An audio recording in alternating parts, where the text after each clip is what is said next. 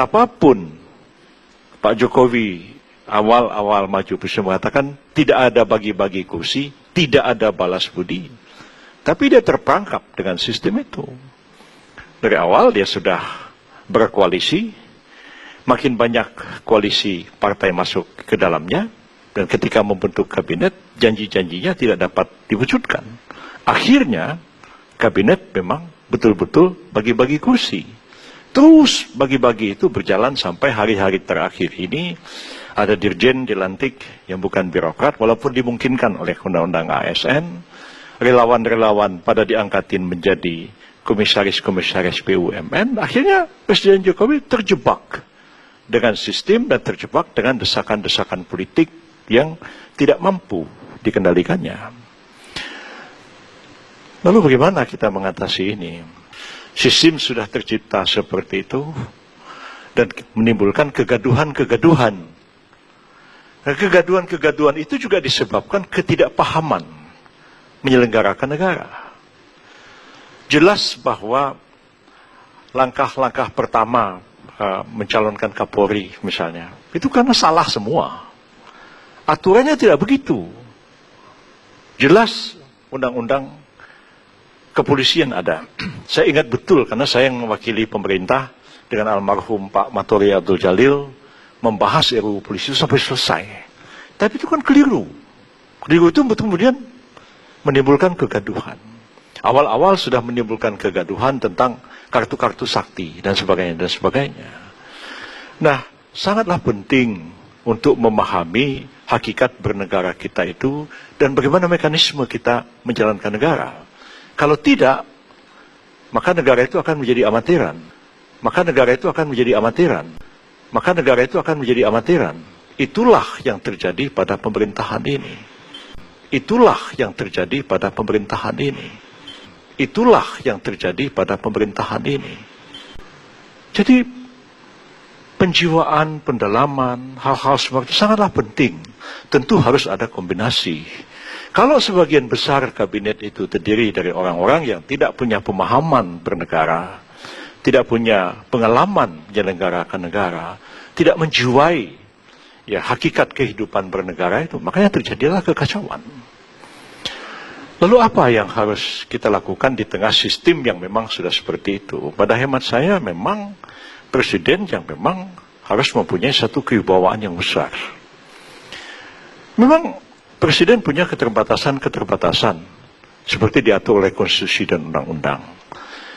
Presiden tidak bisa mengintervensi penegakan hukum. Betul, tidak bisa. Tapi presiden punya kebijakan. Bagaimana harus menegakkan hukum? Dulu waktu nyusun undang-undang kejaksaan tahun 2004, saya maunya kejaksaan itu, Jaksa Agung independen. Tapi pada waktu itu, mungkin Pak Setapi masih ingat, Pak Da Costa mengatakan tidak bisa. Sebab presiden akan dipilih langsung dan presiden punya kebijakan menegakkan hukum. Karena itu Jaksa Agung harus seorang presiden. Mulanya kita mau Jaksa Agung seperti Kapolri, diajukan begitu. Dan itulah yang terjadi. Maka lahir Undang-Undang 16 2004 itu, Jaksa Agung ada di tangan presiden. Memang, saya waktu itu mengatakan begini, Jaksa Agung itu memang bawahan presiden, jagat presiden, tanggung jawab pada presiden, tapi kewenangan Jaksa Agung menegakkan hukum bukan bersumber dari presiden, tapi bersumber dari undang-undang. Karena itu Jaksa Agung bisa menangkap presiden. Itu pikiran kita pada waktu itu. Tentu presiden tidak bisa nyuruh KPK, tidak bisa nyuruh polisi, nyuruh ini. Tapi presiden ketika dihadapkan kepada dilema keributan institusi antara KPK dengan polisi dengan kejaksaan, presiden yang berwibawa, dia bisa panggil semua itu untuk bicara. Memang saya tidak bisa mencampuri tugas Anda. KPK independen. Mahkamah Agung independen. Tapi kalau hukum ini kacau, dibikin Anda-Anda, orang di luar negeri tidak tahu siapa KPK, siapa jaksa. Yang tahu presidennya goblok. Yang tahu presidennya goblok. Yang tahu presidennya goblok. Karena itu presiden harus punya satu kewibawaan dan harus punya satu pemahaman. Betul-betul dia paham menyelenggarakan negara ini. Sudah cukuplah kita bereksperimen. Ya. Mulai dari Gus Dur, Megawati, Jokowi, kita bereksperimen. Sebagian besar rakyat kita masih percaya kepada mysticism. Ya, kalau orang ini jadi presiden, negara otomatis gemah ripah loh jinawi, tata tentrem karto raharjo, dan seterusnya. Seperti mistik. Negara ini harus dikelola secara rasional dan kita harus punya kecerdasan yang tinggi memecahkan persoalan-persoalan yang kita hadapi. Jadi saya tidak mendapat kalau mengatakan ya kegaduhan itu juga sesuatu yang baik. Kegaduhan itu justru menghabiskan energi kita hal-hal yang tidak perlu, berdebat kusir yang gak jelas. Beda dengan debat tahun 35 polemik kebudayaan, takdir Arwin Pane berdebat. Atau debat tahun 52 antara Syahrir, kemudian Sumitro Jaya Hadikusumo, Yusuf Wibisono, Safruddin Prawira Negara berdebat tentang arah pembangunan ekonomi. Cerdas debatnya. Sekarang kita debat hal-hal yang tidak substansial.